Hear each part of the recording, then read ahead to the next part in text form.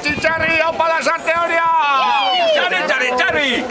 Haupa lasarte! Hogeita bost urte hasi ginela, hemen gaude. Ta Kolo, nolakoak izan ziren hasiera hile? Telebista jarri, izan ziren oso onak, oso gironekoak eta ondo pasatu genuen.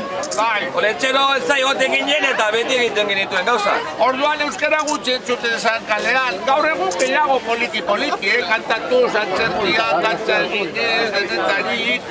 Eta urte guzti hauetan, gai pila bat landu ditugu. Euskara, salaitasunez. Etorkin gaia, etorkinak, gaizatasunak. Denetarik, egunerokotasunean bizi ditugun gaiak, eta esan, lasarten joan etorrian ibili garela urte guzti hauetan, eta oso harro sentitzen garela lasartearrak izateagatik. Euskaraz eta laitasunez, sentitu, pentsatu, ekin elkarrekin. Apa lasarte horia! Maite zaituztegu! Apa Txitxarri!